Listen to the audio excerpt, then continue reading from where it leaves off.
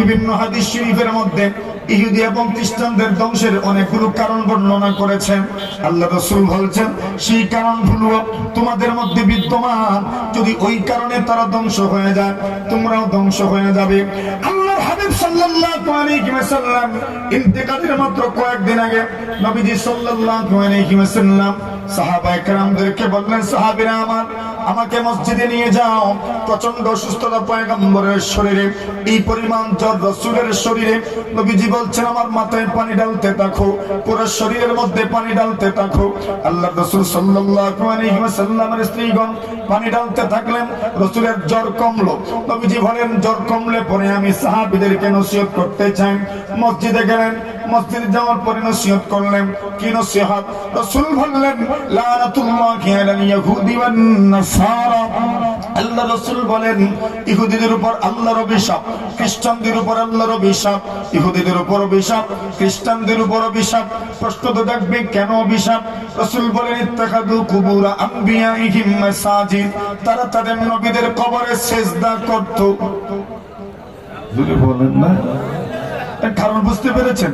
রাসূল বলেছেন ইন্তেকালের পূর্ব মুহূর্তে কত সুন্দর একটা পরিবেশ পরিস্থিতিতে বলছেন, এবং মৌতের আগে যেই সময় প্রত্যেকটা কথা আমাদের স্মরণ থাকে, আমার বাবা আমার মায়ের মৃত্যুর কিছুক্ষণ আগের কথাগুলো সবারই স্মরণ থাকে। সারাটা জীবন এই স্মৃতি আমাদেরকে কাঁদায়, আমাদের মানুষ পথে, আমাদের মন মানসিকতায় এই কথাগুলো বারবার উদিত হন, বারবার এই কথাগুলো ঘটতে থাকে।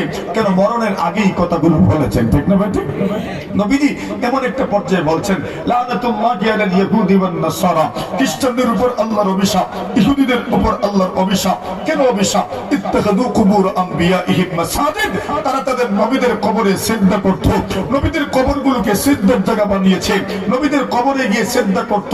নবীজি এই নসিহত কেন করছেন? কিছুদিন পরেই তো রাসূল এর ইন্তেকাল হয়ে যাবে। রাসূল টের পেয়ে গেছেন অনেক আগের থেকে। এমন কি আল্লাহর রাসূল সাল্লাল্লাহু আলাইহি ওয়াসাল্লাম এর আগের বছর অর্থাৎ দশম হিজরির রমজানুল মুবারকে আল্লাহর রাসূল প্রায় 20 দিনের ইতিকাফ করেছেন। কত দিনের? স্বাভাবিকভাবে রাসূল 10 দিনের ইতিকাফ করতেন, কিন্তু রমজান যে বছর রাসূলের ইন্তেকাল হলো 11 নম্বর হিজরির 3 নম্বর মাস রবিউল আউয়াল মাসে রাসূলের ইন্তেকাল, কিন্তু পয়গম্বর আরবি সাল্লাল্লাহু আলাইহি ওয়াসাল্লাম উনি ইতিকাফ করলেন দশম হিজরির রমজান মাসে, প্রায় 20 দিনের ইতিকাফ করলেন। এটা যেন একটা ইঙ্গিত ছিল দুনিয়াতে বেশি দিন থাকবেন না। রাসূল বুঝে যাচ্ছিলেন দুনিয়াতে আমার বেশি দিন আর নাই। এমনকি বিদায় হজ্জে আল হজ্জাতুল ওয়াদায়ে নবী আকরাম সাল্লাল্লাহু আলাইহি ওয়াসাল্লাম আল্লাহ পয়গম্বর সাহাবায়ে কেরামদেরকে বলছেন খুদু আন্নী মানাসিকাকুম, সাহাবীরা আমার, তোমরা আমার কাছ থেকে হজের বিধিবিধান শিখে নাও, হজের মাসআলা মাসাইল শিখে নাও। কেন? আমি জানি না আগামী বছর এই স্থানে আবার তোমাদের সাথে আমি সমবেত হব, এই ব্যাপারে আমার ধারণা নাই, এই ব্যাপারে আমি জানি না। মানে রাসূল টের পেয়ে যাচ্ছেন, ইঙ্গিত পেয়ে গেছেন দুনিয়াতে আর বেশি দিন থাকবেন না। সাহাবায়ে কেরাম নিজেরাই বলছেন নবী আকরাম সাল্লাল্লাহু আলাইহি ওয়াসাল্লামের ইন্তেকালের আগে কিছু চলন, কিছু কথা, কিছু বার্তা, কিছু উঠা বসা এমন ছিল, অস্বাভাবিক ছিল, আমরা বুঝে নিতে পারছিলাম রাসূল যেন কেমন হচ্ছেন। এমন একটা পরিবেশ পরিস্থিতিতে রাসূল বলছেন লানাতুল্লাহি আলাল ইয়াহুদি ওয়ান নাসারা, খ্রিস্টানদের উপর অভিশাপ, ইহুদিদের উপর অভিশাপ। কেন? তারা তাদের নবীদের কবরে সিজদা করত। বলুন, যদি এই জামানায় কেউ নবীর কবরে সিজদা করেন তো তার উপর অভিশাপ। কেউ যদি পীর ওয়ালির কবরে সিজদা করে তার উপর কার অভিশাপ? জুড়ে বলেন কার অভিশাপ? আল্লাহর অভিশাপ। এখন বলেন এত সুন্দর কথা রাসূল ওই সময় কেন বলছেন? নবীজি বুঝিয়ে দিচ্ছেন ইহুদিদের অভ্যাস ছিল, এর ধ্বংস হয়েছে নবীদের কবরে সিজদা করার কারণে। আমার ইন্তেকালের পরে তোমরাও যদি আমার কবরে সিজদা করো তোমাদেরও ধ্বংস অনিবার্য, তোমাদের উপর আল্লাহর অভিশাপ আসবে। নবী আকরাম সাল্লাল্লাহু আলাইহি ওয়াসাল্লাম বলেন দাব্বা ইলাইকুম দাউল উমামি মিন ক্বাবলিকুম। নবীজি বলেন সাহাবীরা আমার, পূর্বেকার যুগের মানুষের মধ্যে যে সমস্ত ব্যাধি ছিল, যে সমস্ত রোগ ছিল, সেই রোগগুলো তোমাদের দিকে দেয়া আসছে। আল্লাহ রাসূলের সাহাবায়ে কেরাম বলেন ইয়া রাসূলুল্লাহ ওই রোগগুলো কি? নবীজি সাল্লাল্লাহু আলাইহি ওয়াসাল্লাম বলেন আল হাসাদ ওয়াল বাগদা। আল্লাহ নবীজি বলেন হিংসা এবং বিদ্বেষ, হিংসা বিদ্বেষের কারণে ইহুদিরা ধ্বংস হয়ে গেছে, খ্রিস্টানরা ধ্বংস হয়ে গেছে। আল্লাহ রাসূল বলছেন দাব্বা ইলাইকুম দাউল উমাম মিন ক্বাবলিকুম, ওই মানুষগুলো যেই রোগে ধ্বংস হয়েছে সেই রোগ তোমাদের দিকে আবার দেয়া আসছে। এখন বলেন আমাদের মধ্যে তো হিংসা পাওয়া যায়, বিদ্বেষ পাওয়া যায়। আল্লাহর হাবিব বলছেন হিংসা এবং বিদ্বেষ মানুষের সবকিছু শেষ করে দেয়। যেমন ভাবে নাপিত মানুষের মাথা মুন্ডে দিতে পারে, ব্লেডের মাধ্যমে মানুষের মাথার চুলগুলো একদম মুন্ডন করা যায়। আল্লাহ রাসূল বলছেন হিংসা বিদ্বেষের কারণে মানুষের আমল, মানুষের দিন একদম শেষ হয়ে যায়। আল্লাহ রাসূল বলেন এই রোগ ছিল ইহুদিদের, এই রোগ ছিল খ্রিস্টানদের, ওই রোগী তোমরা ধ্বংস হয়ে যাচ্ছ। আল্লাহর হাবিব সাল্লাল্লাহু আলাইহি ওয়াসাল্লাম বলেন সাহাবীরা আমার, এবং তোমাদেরকে বলছি স্বার্থপরতার গুনাহ থেকে বেঁচে থাকো, স্বার্থপরতার বদঅভ্যাস থেকে বেঁচে থাকো। ফাইন্নাহু আহলাকা মান কানা ক্বাবলাকুম, স্বার্থপরতার কারণে তোমাদের পূর্বসূরীরা ধ্বংস হয়ে গেছে। শুধু ধ্বংস হয়ে যায় নাই, শুধু ধ্বংস হয়ে যায় নাই, আল্লাহ রাসূল বলছেন স্বার্থপরতা মানুষকে আরো বড় বড় কয়েকটা গুনাহের দিকে টেনে নিয়ে যায়।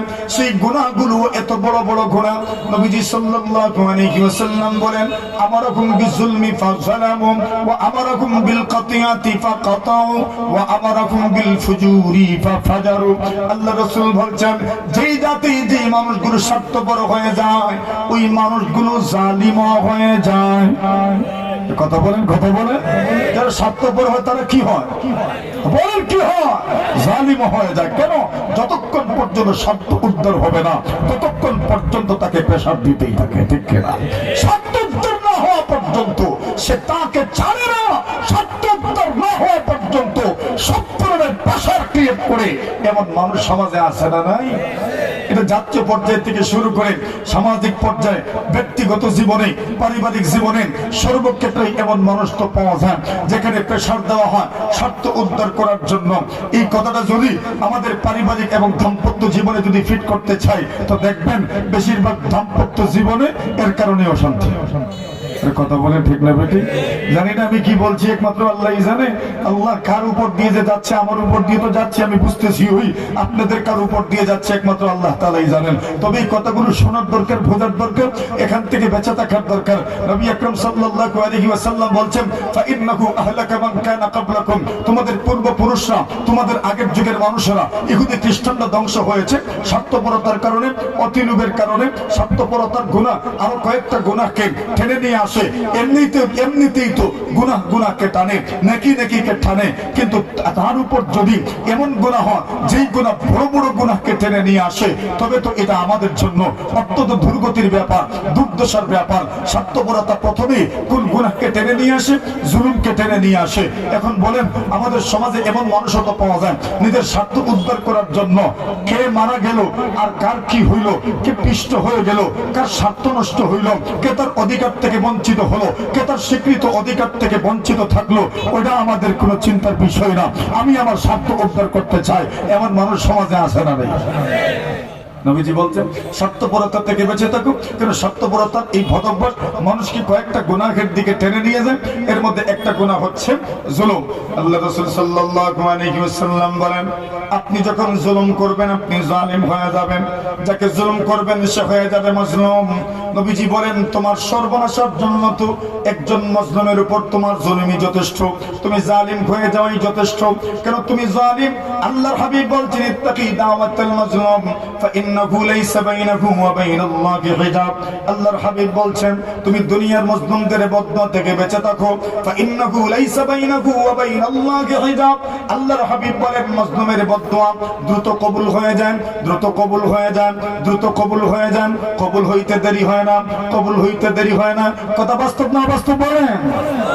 বাস্তব। মাজলুমের বদদোয়া খুব দ্রুত কবুল হয়। আল্লাহর এক বান্দা এক ঘটনা বর্ণনা করেছেন। একদিন নাকি আল্লাহর এক বান্দা বিশাল সম্পত্তির অধিকারী, সুন্দর একটা বাড়ি বানিয়েছেন নিজের জমিতে, নিজের জায়গা। এখন আরেকজন মানুষ এর একটা ঝুপড়ি আছে ওনার ঘরের সামনে, কিন্তু ওই লোকের কুড়ে ঘর, ওই লোকের ঝুপড়ি ঘরের কারণে ওনার ঘরের সৌন্দর্য যেরকম ফুটার কথা এরকম ফুটছে না। এখন বলেন এমন ঘটনাও তো আমাদের সমাজে ঘটে, আরে কথা কোন ঠিক না বেটি? একটা ঝুপড়ি ঘর, একটা কুড়ে ঘর, ওনার মানে আলিশান প্রাসাদের সামনে একটা কুড়ে ঘর রয়েছে, একটা ঝুপড়ি ঘর রয়েছে। ওই ঝুপড়ির কারণে, কুড়ে ঘরের কারণে ওনার আলিশান প্রাসাদের সৌন্দর্য ফুটে উঠছে না। তখন উনি বললেন, তোমার ঘরটা তুমি ভেঙে দাও, আমি তোমার ঘরটা ভাঙার জন্য তোমাকে বলছি, তুমি তোমার ঘরটা ভেঙে দিবে। আচ্ছা, যদি ওই বড় লোক বলতেন এটা ভেঙে ফেলো, আমি তোমাকে সুন্দর একটা ঘর বানিয়ে দিচ্ছি, না না এটা না, তুমি তোমার ঘরটা ভেঙে ফেলো, এখানে তোমার কি হবে না হবে সেটা আমার দেখার বিষয় না। আচ্ছা বলুন, একজন মানুষ তার নিজস্ব জমির উপর একটা ঘর বানিয়েছে, হোক না তার ঘর ঝুপড়ি, হোক না তার ঘরটা কুড়ে ঘর, এটাই তো তার সম্পদ, এটাই তো তার সম্বল। কিন্তু শেষ পর্যন্ত ওই বড় লোক তার ঘরটাকে ভেঙেই ছাড়লেন। আল্লাহর বান্দা বাড়িতে ছিল না, বাড়ি থেকে বাড়িতে আসার পরে দেখে তার ঝুপড়ি ঘর। আরে বলেন, মানুষের ঝুপড়ি ঘরই হোক, নিজের আবাসস্থল, নিজের ঘর, একটা মহব্বত আছে না? কথা বলেন, মহব্বত তো আছে। নিজের আপন নীড়ের একটা মহব্বত আছে। আলিশান প্রাসাদে ঘুমানোর চাইতে আপন নীড় যেটা, নিজের ঘর যেটা, সেখানে যে শান্তি, সেখানে যে আরাম, সেখানে যে প্রশান্তি, সেখানে যে স্থিরতা, ওটা দুনিয়ার আর কোথাও পাওয়া যায় না, ঠিক না? এর মধ্যে একটা অন্তরের প্রশান্তি আছে। আল্লাহর বান্দা যখন বাড়িতে এসেছে, আসার পরে দেখেছে তার ঘরটা ভেঙে দেওয়া হয়েছে, ঘরটাকে একদম মাটির সাথে মিশিয়ে দেওয়া হয়েছে। আল্লাহর বান্দা আর কিছু বলে নাই, শুধু এতটুকু শব্দ উচ্চারণ করেছে, ইয়া আল্লাহ। কি বলছে? কি বলেছে? আরে কথা কি আর বেশি বলতে হবে? কথা কি আর বেশি বলতে হবে? কোন সময় বড়দের কথা তো বাস একটা শব্দই যথেষ্ট, একটা শব্দই যথেষ্ট। আল্লাহর বান্দা বলেছে ইয়া আল্লাহ, মানে ওই কথাটা কোথা থেকে এসেছে? একদম ভিতর থেকে এসেছে, একদম দিল থেকে এসেছে, একদম কলিজার থেকে এসেছে। মনে হচ্ছে যেন আমরা যে মাঝে মধ্যে ঢং করে বলি, ঠাট্টা মজাক করে বলি, কলিজা পোড়া গন্ধ আসছে। আচ্ছা, কলিজা পোড়া গন্ধ তো এটাকেই বলে, আর কোনটাকে কলিজা পোড়া গন্ধ বলে? এই লোকটার একটা মাত্রই সম্বল, আর কিছুই তার নাই, বিকল্প নাই। ওই লোকটা এই ছোট্ট করে ঘরটাকে ভেঙে দেওয়া হলো, মাটির সাথে মিশিয়ে দেওয়া হলো বড় কষ্টের সাথে। আল্লাহর বান্দা বলছে ইয়া আল্লাহ, মনে বড় কষ্ট, এমন সময় বলছে ইয়া আল্লাহ। কি বলবে ইয়া আল্লাহ? একদিকে ইয়া আল্লাহ বলছে, আর ওইদিকে এত বড় আলিশান অট্টালিকা ধপ ধপ করে ধসে গেছে। জোরে বলেন না সুবহানাল্লাহ, আর জোরে বলেন সুবহানাল্লাহ। এটা সম্ভব নেই, আর কথা বলে সম্ভব নেই। সম্ভব, এটা আল্লাহর কুদরত। এটা কি? আল্লাহর কুদরত, আদত নয়, অভ্যাস নয়, এটা আল্লাহর কুদরত। আল্লাহ তাআলা তার কুদরতের মাধ্যমে অনেক কিছুতে দেখান। আরে ওই কারুনের ঘর মাটির নিচে ধসে গেল, ফাকাসাতনা বিহি ওয়া বিদারিহিল আরদ। আল্লাহ বলছেন কারুন এবং কারুনের ঘরবাড়ি সহ মাটির নিচে আমি ধসায় দিলাম। প্রতিনিয়ত প্রতিদিন সে মাটির নিচে যাচ্ছে, কিয়ামত পর্যন্ত যেতে থাকবে। ইবনে কাসির রাহিমাহুল্লাহ তাআলা বর্ণনা করেছেন, যাহাক ইবনে মুজাহিম বলেছেন, প্রতিদিন কারুন তার শরীরের হাইট অনুযায়ী মাটির নিচে যেতে থাকবে কিয়ামত পর্যন্ত। সুবহানাল্লাহ বলেন। তাহলে দশায় দেওয়ার মতো ক্ষমতা আল্লাহর আছে না নাই? জোরে বলেন, আল্লাহর আছে। কিয়ামতের পূর্বে কত ধরনের আল্লাহ তাআলা শাস্তি দিবেন। এগুলো শাস্তি, এগুলো প্রাকৃতিক দুর্যোগই শুধু নয়, এগুলো বিপর্যস্ত হওয়াই নয়, এগুলো আল্লাহর পক্ষ থেকে শাস্তি। আল্লাহ তাআলা কখনো কখনো শাস্তির মাধ্যমে যারা নাফরমান এদেরকে শায়েস্তা করেন। আল্লাহর বান্দা বলছে ইয়া আল্লাহ। নবীজি বলছেন, তুমি মাজলুমের বদদুয়া থেকে বেঁচে থাকো। ইত্তাকি দাওয়াতাল মাজলুম ফাইন্নাহু লাইসা বাইনাহু ওয়া বাইনাল্লাহি হিজাব। মাজলুমের বদদুয়া আল্লাহর দরবারে দ্রুত কবুল হয়ে যায়। আরে আমার ভাই, এই পৃথিবীর মধ্যে বাংলার এই রাজনৈতিক পরিস্থিতিতে কত মানব নিজারক সাক্ষী মস্তব হয়েছে, দোয়া করেছে, দ্রুত কবুল হয়ে গেছে, ঠিক কিনা? আরে কথা বলেন, আছে না নাই? এমন কত ঘটনা আপনাদের নিজেরই জানা আছে। তাহলে যদি কেউ স্বার্থপর হয়, প্রথম গুনাহ করে, সেই গুনাহটা হচ্ছে জালিম হয়ে যায়। আর জালিম যে হয় তার ধ্বংস অবশ্যম্ভাবী। কথা বলেন, ঠিক না বেটি? 2 নম্বর, ওয়া আমারাকুম বিল কাতিআতি ফাকাতা। আল্লাহর হাবিব সাল্লাল্লাহু আলাইহি ওয়াসাল্লাম বলেন, যে মানুষ স্বার্থপর হয়ে যায়, সেই মানুষকে অবশ্যম্ভাবীভাবে যে গুনাহের মধ্যে লিপ্ত হয়ে যায়, আল্লাহর নবীজি সাল্লাল্লাহু আলাইহি ওয়াসাল্লাম বলেন, ওয়া আমারাকুম বিল কাতিআতি ফাকাতা। যারা স্বার্থপর হয়ে যায়, স্বার্থপরতার বদমর্যাদার মধ্যে চলে আসে, যারা অতিলোভী হয়ে যায়, নবীজি সাল্লাল্লাহু আলাইহি ওয়াসাল্লাম বলেন, এরা আত্মীয়তার সম্পর্ককে উচ্ছিন্ন করে দেন।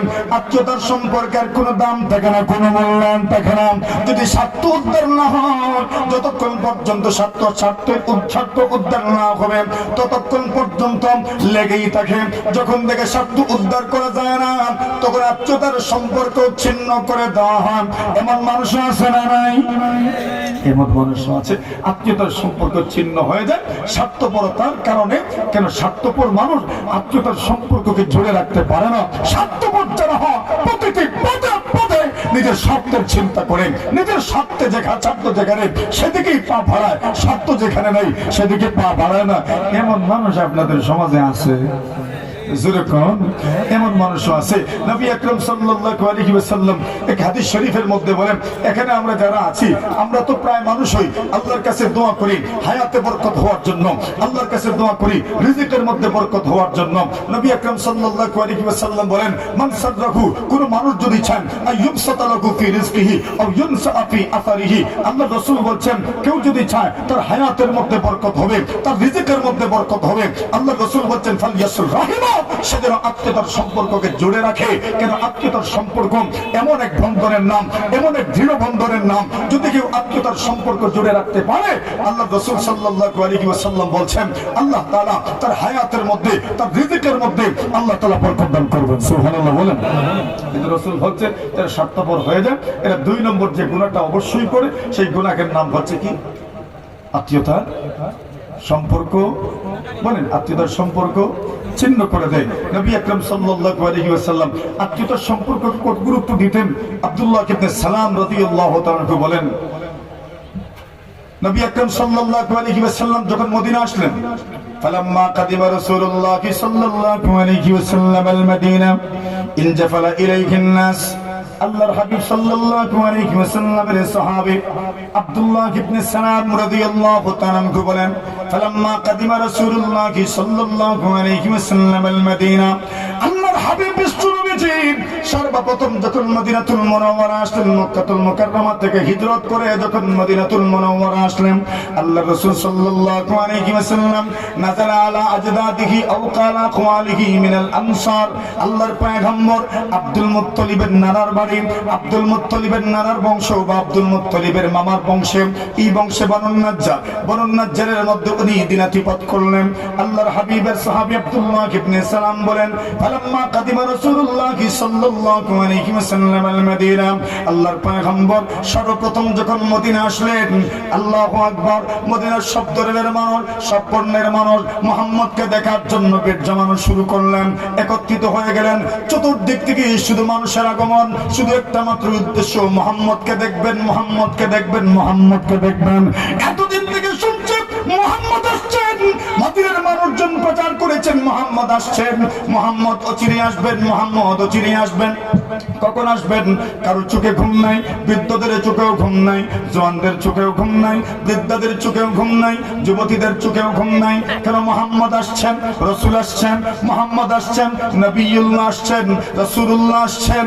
আরে আরে, এই সৈয়দপুরের মানুষ তো কোন আওলাদে রাসূল যদি এই জমিনে আসেন, এদের মধ্যে অন্যরকম একটা আনন্দ দেখা যায়। কথা বলেন ঠিক কিনা? কেন? আওলাদে রাসূল আসছেন।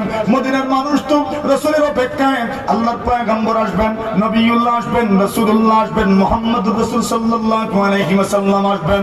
শুধু মুসলমানরাই আগ্রহী নয়, বেঈমান যারা, ইহুদি যারা, তারাও আগ্রহী মুহাম্মদকে দেখবেন। আব্দুল্লাহ ইবনে সালাম বলেন, আমি সেই দিন পর্যন্ত মুসলমান ছিলাম না, কিন্তু মুহাম্মদ আসবেন, এত বড় একজন মানুষ আসবেন যার সম্পর্কে জেনেছি, যার সম্পর্কে শুনেছি। আরেকটা উদ্দেশ্য হলো মুহাম্মদ সত্যি রাসূল কিনা এটা বোঝার জন্য একটু পরীক্ষা করে নিব। কেন? জানি তো মুহাম্মদ কেমন হবেন। তাওরাতের মধ্যে মুহাম্মদের গুণ বর্ণিত আছে, ইনজিলের মধ্যে মুহাম্মদের গুণ বর্ণিত আছে, জাবুরের মধ্যে মুহাম্মদের গুণ বর্ণিত আছে। পূর্বাপর যত রাসূল দুনিয়া থেকে বিদায় হয়েছেন, সমস্ত নবী রাসূল মুহাম্মদের ব্যাপারে সুসংবাদ দিয়ে গেছেন। সুবহানাল্লাহ বলেন। সমস্ত নবী রাসূল মুহাম্মদের ব্যাপারে বলে গেছেন, যখন মুহাম্মদ দুনিয়াতে আসবেন তোমরা ওনাকে সহযোগিতা করবা, সাহায্য করবা, ওনার উপর ঈমান আনয়ন করবা। সমস্ত নবীদেরকে আল্লাহ বলছেন ঈমান আনেন, সমস্ত নবীদেরকে আল্লাহ বলছেন আপনারা সহযোগিতা করবেন, উম্মত উম্মতদেরকে বলে যাবেন সবই তো তাওরাত জাবুর ইনজিল আসমানি কিতাবের মধ্যে বর্ণিত আছে।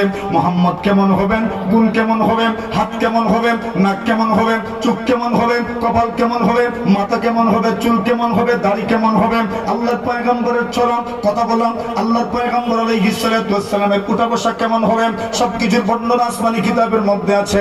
আব্দুল্লাহ ইবনে সালাম বলেন, আমি মুহাম্মদকে দেখার জন্য আসলাম, সত্যি কি আসমানি কিতাবের মধ্যে বর্ণিত গুণের সাথে মুহাম্মদের মিল আছে কিনা দেখবো। সুবহানাল্লাহ বলেন। উনি বলেন, যখন লোকজন এসেছেন আমিও আস্তে আস্তে এদের সাথে আসলাম, আমাকে কেউ চেনাতে হয় নাই, উনি যে মুহাম্মদুর রাসূল, উনি যে মুহাম্মদ, ওইটা আমাকে কেউ চেনায় নাই। মুহাম্মদের চেহারা যখন দেখলাম, ওই চেহারা দেখার সাথে সাথে এই চেহারা দেখে আমার চোখ সরল না। সুবহানাল্লাহ জোরে বলে, আর জোরে। মুহাম্মদের চেহারা আমি দেখেছি, আমাকে কেউ চেনায় নাই যে উনি মুহাম্মদ, চেহারাটা দেখার পরেই বুঝে নিয়েছি উনি কি হবেন। সুবহানাল্লাহ জোরে বলেন, আরো জোরে, আরো জোরে। দেখেন আরবের মানুষ তো এমনিতেই চেনে কিয়াফা সানা, এরা তো এমনিতেই মাশাআল্লাহ পায়ের গঠন দেখে অনেক কিছু বলে দিতে পারতেন, হাতের গঠন দেখে অনেক কিছু বলে দিতে পারতেন। ছোটবেলায় যাদের পাও দেখেছেন ওই পায়ের সাথে বাবার পায়ের মিল আছে কিনা বলে দিতে পারতেন। সুবহানাল্লাহ বলেন, এটা ছিল আরবের একটা গুণ। এখন আব্দুল্লাহ ইবনে সালাম বলেন, ফাকুনতু মিম্মানিন জাফালা ইলাইহি, আমি মুহাম্মদকে দেখার জন্য ওই জায়গার মধ্যে একত্রিত হইলাম, আমিও সমবেত হইলাম। ফালাম্মা তাবায়্যানা ওয়াজহু রাসূলিল্লাহ, নবীজির চেহারা যখন আমি দেখতে পারলাম, চেহারাটা দেখার পরে আমার কাছে মনে হলো, আরে এটা তো মুহাম্মদের চেহারা হইতেই পারে। কেন এই চেহারা সাক্ষ্য দিচ্ছে এই চেহারা কোনো মিথ্যাবাদীর চেহারা হতে পারে না।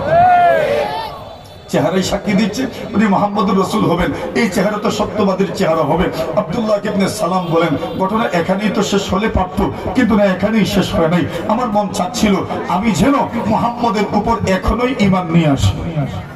সুবহানাল্লাহ জোরে বলেন। চেহারা যে দেখেছি, চেহারা দেখার পরেই মনে হয়েছে এখনোই ঈমান নিয়ে আসি। আর চেহারা তো এমনই ছিল, ওয়া আবিয়াদু ইউসতাসকাল গামামু বিওয়াজিহি ফামালুল ইয়াতামা ইসমাতুল লিল আরামিলি। আবু তালিব বলেন, আমার ভাতিজার চেহারাটা কেমন? এত সুন্দর চেহারা, তার সুন্দর চেহারার হোসেনা নিয়ে আব্দুল মুত্তালিব বৃষ্টির জন্য আল্লাহর কাছে দোয়া করেছিলেন। আল্লাহ তাআলা মুহাম্মদের চেহারার ওসিলায় বৃষ্টি দান করেছেন। তো চেহারা তো এমনই ছিল যে চেহারাটা এত সুন্দর আল্লাহ দান করেছেন। আব্দুল্লাহ ইবনে সালাম বলেন, চেহারাটা যখন দেখেছি মনে হয়েছে নিশ্চিত এই চেহারা মুহাম্মদের হবে, সত্যবাদীর চেহারা, মিথ্যাবাদীর চেহারা হতেই পারে না। আব্দুল্লাহ ইবনে সালাম বলেন, মন তো চাচ্ছিল এই মুহূর্তেই মুসলমান হয়ে যায়, কিন্তু পরের কোণে আবার ভাবতে থাকলাম, আচ্ছা না, প্রথম দেখাতেই এত সহজে মাতুন আপনারা এত সহজে ওনার প্রতি দুর্বল না হওয়া চাই। মন তো যা হওয়ার হয়ে গেছে, আচ্ছা দেখি না আরেকটু শক্ত হই, আরেকটু পরীক্ষা করে নেই, দেখি না ওনার বক্তব্য কেমন। সব মানুষের বক্তব্য তার সমান হয় না, বক্তব্য যখন দিবেন তবেই বোঝা যাবেন ভিতরটা কেমন। আরে কথা বলে ঠিক না ঠিক? শুধু চেহারা দিয়ে তার ভিতর পরিমাপ করা যায় না, চেহারা দিয়ে আপনি ভিতরের অবস্থা কখনোই আপনি অবজার্ভ করতে পারবেন না। আপনি বক্তব্যের মাধ্যমেই ভিতরটা বুঝতে পারবেন ভিতরটা কেমন। কেন প্রত্যেকটা মানুষের জবান দিয়ে তাই বের হবে যা কোথায় আছে, কোথায় আছে, ভিতরে যা আছে তাই তো বের হবে। এজন্য উনি বলে অপেক্ষা থাকলেন, আচ্ছা দেখি বক্তব্য কি দেন। আর আজকে তো একটা বক্তব্য হবেই, কেন মুহাম্মদ প্রথম মদিনায় ঢুকেছেন, প্রথম যেহেতু মদিনায় ঢুকেছেন, মদিনার সব মানুষগুলো এখানে একত্রিত আছেন, এই সুযোগে যদি বক্তব্য দেন না তার কোন দিন বক্তব্য দিবেন? আরে কথা ঠিক না বেঠিক? এ তো সব মানুষ এখানে উপস্থিত। আব্দুল্লাহ ইবনে সালাম বলেন, আমি দেখলাম আমার ধারণাই সত্য, মুহাম্মদ বক্তব্য দেন। ফাকানা আউওয়ালা মা তাকাল্লামা বিহি আফশুস সালাম ওয়া আত'ইমুত তাআম ওয়া সিলুল আরহাম ওয়া সাল্লু বিল লাইলি ওয়ান নাসু নিয়াম।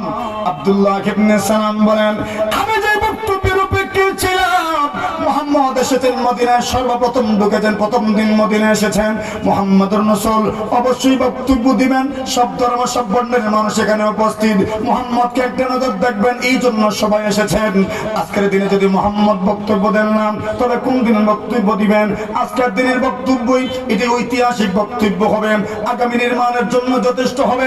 মুহাম্মদের বক্তব্যটা ফলো করা দরকার। আব্দুল্লাহ ইবনে সালাম বলেন, আমি শুনলাম, কান পাতা শুনেছি, বড় আগ্রহের সাথে শুনেছি, মনোযোগের সাথে শুনেছি। মুহাম্মদ প্রথম বক্তব্যই বলছেন ফাকানা আউওয়ালা মা তাকাল্লামা বিহি আফসুস সালাম। সর্বপ্রথম মুহাম্মদ রাসূল সাল্লাল্লাহু আলাইহি ওয়াসাল্লাম যে বক্তব্য দিয়েছেন সেই বক্তব্যের প্রথম অংশটা ছিল আফসুস সালাম, সালামের প্রচার প্রসার করো। জীবনুল্লাহ বাকি বলে আর জোরে নগদ না বাকি। এটা তো বল শুনছি হুজুর, আমরা শুনছেন যে মদিনার প্রথম সবক কি? আরে বলেন মদিনার প্রথম সবক, মদিনার প্রথম সবক আফসুস সালাম। এখন এই সালামের মধ্যে ঘাটতি আছে না নাই? আচ্ছা ওইদিকে আমরা যাবো না আজকে। দুই নম্বর বলছেন অসহায় অনাহারী ক্ষুধার্ত জানা, ক্ষুধার্ত মানবতা, অনাহারী মানবতা, যে মানুষগুলো ক্ষুধার্ত এদের তোরে খাবার বিলাও। সুবহানাল্লাহ। কত নম্বর? তৃতীয় বলছেন ওয়াসিলুল আরহাম, আত্মীয়তার সম্পর্ক জুড়ে রাখো। সুবহানাল্লাহ বলেন। আত্মীয়তার সম্পর্ক জুড়ে রাখো। এই দুনিয়াতে কত সংগঠন আছে, সমস্ত সংগঠনের উদ্দেশ্য আদর্শ সমাজ গঠন, আদর্শ সমাজ গঠন, আদর্শ সমাজ গঠন, আদর্শ সমাজ গঠন। সমাজের নাম কি? আত্মীয় স্বজনকে ছেড়ে সমাজ হয় না। আর কথা বলেন, আত্মীয় স্বজনকে ছেড়ে কি হয় না? সমাজ হয় না। সমাজের প্রথম ব্যক্তিত্ব হচ্ছেন আত্মীয় স্বজন, তাদের সাথে কানেকশন আছে। এর তো সমাজের প্রথম ব্যক্তি, এদের সাথে যদি সুন্দর ব্যবহার না হয় সমাজ আর কান্না। আর কথা বলেন, সমাজ আর কান্না। কোন সমাজকে আদর্শ করবেন? আত্মীয়দের সাথে যদি সম্পর্ক ভালো না হয় কোন সমাজকে আপনি আদর্শ সমাজ বানাবেন বলেন? এজন্য রাসূল বলছেন ওয়াসিলুল আরহাম, আত্মীয়তার সম্পর্ক জুড়ে রাখো, আত্মীয়তার সম্পর্ক জুড়ে রাখো। নবীজি বলছেন যারা স্বার্থপর হয়, স্বার্থপরতার ভোগবাসের কারণে সর্বপ্রথম এফেক্টেড হয় আত্মীয় স্বজন যারা। এরা কেন স্বার্থপর যারা হয়, স্বার্থপরতার কারণে স্বার্থ উদ্ধার করার জন্য, স্বার্থ চরিতার্থ করার জন্য আত্মীয়তার সম্পর্ক ছিন্ন করে। আছে না? পুরো নিরে গেছেন দিকে আপনারা নতুন আপনারা ঠিক আছে? কষ্ট হচ্ছে আপনারা? কষ্ট হয় না? আচ্ছা এরপরে নবীজি বলছেন ওয়া আমারাকুম বিল ফুজুরি ফাফাজারু। নবীজি সাল্লাল্লাহু আলাইহি ওয়াসাল্লাম বলেন কোন মানুষ যদি স্বার্থপর হয়ে যায়, স্বার্থ উদ্ধার করার জন্য ওই ব্যক্তি জরুর মিথ্যা বলে। বলে কিনা? স্বার্থ উদ্ধার করার জন্য কি বলে? মিথ্যা বলে। আচ্ছা দেখেন আমার সাথে মিলছে কিনা? আর আমাদের সাথে মিলতেছে কিনা? স্বার্থ উদ্ধার করে তো মানুষ কি বলে? মিথ্যা বলে। কত ভুয়া সার্টিফিকেট যে মানুষ বানাইছে। তার কথা বলেন কেন? কেন কেন বানাইছে? স্বার্থ উদ্ধার করার জন্য। আরে জোট মিথ্যা কত ডিজিটাল সুরত যে আছে, মিথ্যার নিউ ভার্সন আছে, ওটা বলে করে শেষ করা যাবে না। মিথ্যা বলা মহাপাপ। নবী আকরাম সাল্লাল্লাহু আলাইহি ওয়াসাল্লাম বলছেন ওয়া আমারাকুম বিল ফুজুরি ফাফাজারু। কত মানুষ এই গুনাহের মধ্যে লিপ্ত। কোন গুনাহ? স্বার্থপরতার গুনাহে লিপ্ত হওয়ার কারণে মিথ্যা বলে, মিথ্যা বলে, মিথ্যা বলে। আছে না নাই বল? আচ্ছা এখন তো কথা অনেক দূর চলে গেল যে স্বার্থপরতার কারণে মানুষ কতটা গুনাহ করে। ভুলে গেছে? বলতেই থাকে কয়টা? এক নম্বর জুলুম করে। কি করে? হ্যাঁ ঠিক আছে, জালিম হয়ে যায় মানে কি করে? জুলুম করে। দুই নম্বর আত্মীয়তার সম্পর্ক ছিন্ন করে। তিন নম্বর জুলে কোন? মিথ্যা বলে।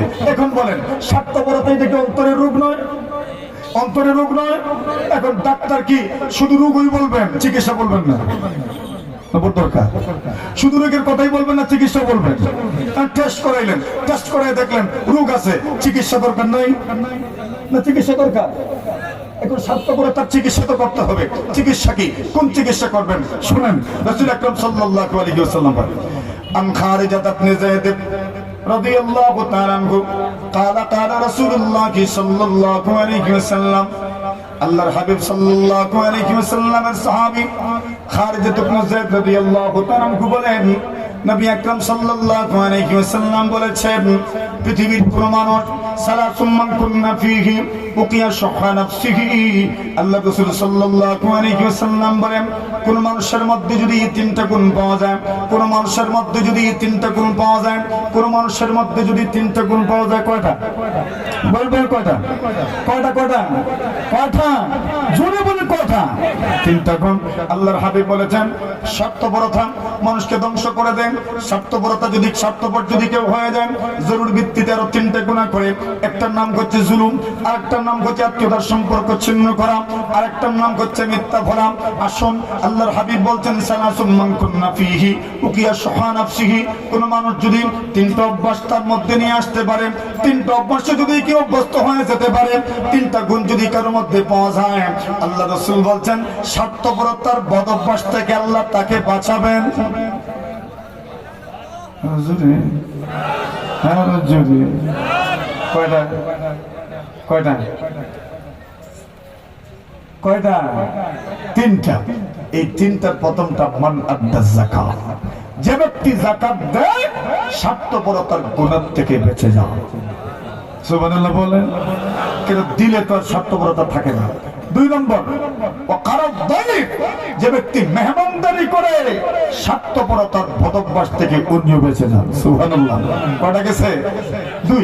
3 নম্বর ওয়াআদ্দা ফিন্নাইবা ওয়াআতা ফিন্নাইবা, যে ব্যক্তি প্রাকৃতিক দুর্যোগে বিপর্যস্ত মানবতার কাছে যে মানুষ দুর্যোগপূর্ণ অবস্থায় যারা নিজেদেরকে বিলিয়ে দিতে পারে, স্বার্থপরতার বদভ্যাস থেকে এরা বেঁচে যায়।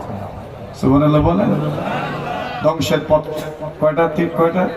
3টা। একটা গেল আশ-শাহুল মুতা, বাকি 2টা সহ নাজাতের পথ সহ আরেক বছর আলোচনা হবে ইনশাআল্লাহ, যদি আশা হয়, যদি সাক্ষাৎ হয়, যদি দেখা হয়, যদি কোথাও আশা হয় ইনশাআল্লাহ। আল্লাহ কবুল করুন, আমিন বলেন। স্বার্থপরতার বদভ্যাস থেকে আল্লাহ আমাদেরকে হেফাজত করুন, সবাই বলে আমিন। ওয়া আখিরু দাওয়ানা আনিল হামদুলিল্লাহি রাব্বিল আলামিন। আসসালামু আলাইকুম ওয়া রাহমাতুল্লাহি ওয়া বারাকাতুহু।